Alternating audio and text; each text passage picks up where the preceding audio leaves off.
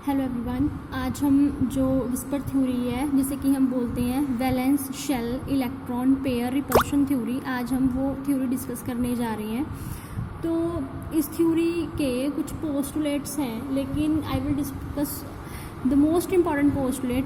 जो first postulate है, ये थ्योरी हमें क्या बताती है कि जब कभी भी हाइब्रिडाइजेशन होती है तो ऑर्बिटल जो हैं वो इंटरमिक्स होते हैं, तो ऐसी शेप मॉलिक्यूल अटेन करने की कोशिश करता है जिसमें कि रिपल्शन मिनिमम रहे, स्टेबिलिटी मैक्सिमम रहे। तो इसका एक पोस्टुलेट तो ये है कि अगर इलेक्ट्रॉन पेयर भी आ जाए तो भी जो रिपल्शन के कारण ऐसी शेप अटेन करने की मॉलिक्यूल कोशिश करेगा जिसमें मिनिमम रिपल्शन रहे। फिर उसके बाद इसका पोस्टुलेट है कि अगर किसी मॉलिक्यूल में डबल या फिर ट्रिपल बॉन्ड भी प्रेजेंट होता है, then we will consider it as a super single electron pair. Means उसे हमने एक अकेला बॉन्ड ही मानना है। नेक्स्ट इसका जो मेन इम्पॉर्टेंट पॉइंट है कि जो लोन पेयर होते हैं उनमें रिपल्शन काफ़ी ज़्यादा रहती है as compare to bond lone pair bond pair as compare to bond pair.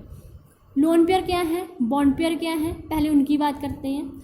Lone pair क्या है कि मान लो मैंने ऑक्सीजन का जो इलेक्ट्रॉन डॉट स्ट्रक्चर ड्रॉ करना है, यू हैव सीन कि इसमें जो ये दो इलेक्ट्रॉन है वो ये शेयर्ड हो रहे हैं।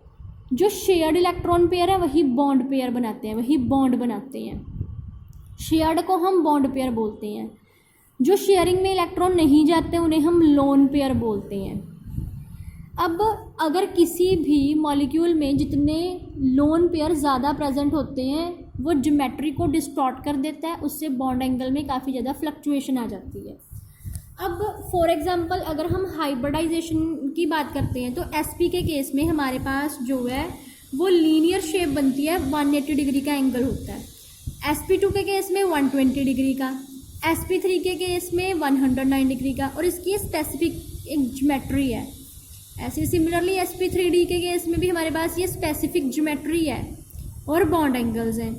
Similar in the case of sp3d3 and in the case of sp3d2। तो अब हाइब्रिडाइजेशन के केस में भी हमने जब इंटरमिक्स किए ऑर्बिटल्स को तो एक ऐसी शेप ली जिसमें मिनिमम रिपल्शन और मैक्सिमम स्टेबिलिटी है, जिसका एक फिक्स्ड बॉन्ड एंगल है। लेकिन विस्पर थ्योरी बोलती है कि जब कभी भी इलेक्ट्रॉन पेयर में हम लोन पेयर को काउंट करते हैं तो लोन पेयर जो है वो रिपल्शन क्रिएट करने की कोशिश करता है, जिस वजह से ज्योमेट्री डिस्टॉर्ट हो जाती है और बॉन्ड एंगल जो है वो डिक्रीज हो जाता है। अब फर्स्ट केस ले लेते हैं। अब सपोज मेरे पास पहले जो है वो CH4 है, तो जो CH4 है उसके केस में मेरे पास ज्योमेट्री sp3 बन रही है। मीन्स sp3 हाइब्रिडाइजेशन है, ज्योमेट्री इसकी टेट्राहेड्रल है, इसका बॉन्ड एंगल 109 डिग्री 5 मिनट है। तो मीन्स मैंने वही सिमिलर है जो उन्होंने बोला वैसे ही बना है। sp3 के केस में ऐसी शेप और यही एंगल है। अब और ले लेते हैं। अब फर्स्ट जो है वो NH3 की बात करते हैं। अब NH3 के केस में क्या होता है कि जो हमारे पास नाइट्रोजन है उसकी कन्फिग्रेशन या उसके वैलेंस शेल की कन्फिग्रेशन है 2s2 2p3। 3 atoms are surrounded atoms. तो अब जब 3 सराउंडेड है तो तीनों जो है वो बॉन्ड बनाएंगे। जब ये बॉन्ड बनाएंगे तो कैसी हाइब्रिडाइजेशन हमारे पास बन के आ रही है, sp3। अब sp3 में ये तो शेयरिंग में तीनों चले गए, p के 3 शेयरिंग में चले गए हैं, लेकिन ये जो है ये शेयरिंग में नहीं गया। तो अब ये अकेला रह गया। इस ऑर्बिटल में 2 इलेक्ट्रॉन्स हैं तो इसे हम बोलेंगे लोन पेयर।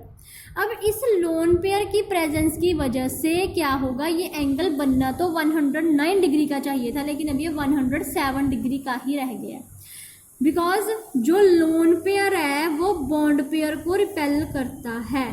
ये लोन पेयर इस बॉन्ड पेयर को रिपेल करता है, जिस वजह से इसका बॉन्ड एंगल जो है वो कम हो रहा है। नेक्स्ट केस ले लेते हैं H2O। अब H2O के केस में क्या है, ऑक्सीजन जो है इसकी हम पहले वैलेंस इलेक्ट्रॉन ले लेते हैं। तो वैलेंस इलेक्ट्रॉन है इसके 2s2 2p4। फिर उसके बाद हमारे पास सराउंडिंग कितने हैं, 2 हैं। तो अब हमें कितने हाफ फिल्ड चाहिए, 2 हाफ फिल्ड ऑर्बिटल चाहिए, वो प्रेजेंट हैं। फिर हमने क्या किया, इसकी बॉन्डिंग कर दी है, तो इसकी हाइब्रिडाइजेशन निकल के आ रही है sp3। लास्ट टाइम भी मैंने बताया है, अगर कोई भी ऑर्बिटल जो है वो पार्टिसिपेट नहीं करता, लेकिन जिस ऑर्बिटल तक शेयरिंग हुई है स्टार्टिंग से लेके एंडिंग तक, उतने सभी ऑर्बिटल्स को हमने काउंट करना है। तो इसकी हाइब्रिडाइजेशन भी sp3 काउंट होगी, ना कि p2 काउंट होगी। sp3 जिसमें कि 2 लोन पेयर हैं, 2 बॉन्ड पेयर हैं। अब रूल के अकॉर्डिंग ज्योमेट्री तो ये बननी चाहिए थी, लेकिन अब मैंने बताया कि लोन पेयर क्या करते हैं, लोन पेयर जो है वो रिपल्शन कॉज करते हैं। लोन पेयर की वजह से स्टेबिलिटी कम होती जाती है, लोन पेयर की वजह से अनस्टेबिलिटी आती है। तो इसी वजह से अब लोन पेयर के कारण इसकी ज्योमेट्री में भी चेंज आ गया है। अब ज्योमेट्री में चेंज आने की वजह से इसका बॉन्ड एंगल है वो भी कम हो गया है। कैसे?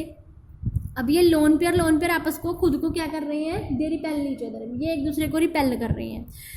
जब ये एक दूसरे को रिपेल करते हैं तो it means they move far apart from each other, दोनों से एक दूसरे से दूर जा रहे हैं, तो इट मीन्स ये क्लोज इसके आ रहा है।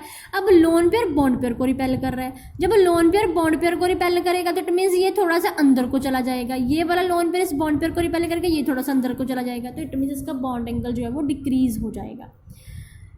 विस्पर थ्योरी यही बताती है कि अगर लोन पेयर जितने ज़्यादा प्रेजेंट होंगे उतनी डिस्टॉर्शन ज़्यादा रहेगी, उतना बॉन्ड एंगल भी रिड्यूस होगा। जितने लोन पेयर कम होंगे और बॉन्ड पेयर ज़्यादा होंगे, डिस्टॉर्शन भी कम रहेगी और बॉन्ड एंगल भी वही रहेगा और ज्योमेट्री भी सही रहेगी। अब ये टेट्राहेड्रल है, अब इसे हम डिस्टॉर्टेड टेट्राहेड्रल पढ़ेंगे। ये भी हमारे पास डिस्टॉर्टेड टेट्राहेड्रल ही काउंट होगी। अब इसके अलावा नेक्स्ट हमारे पास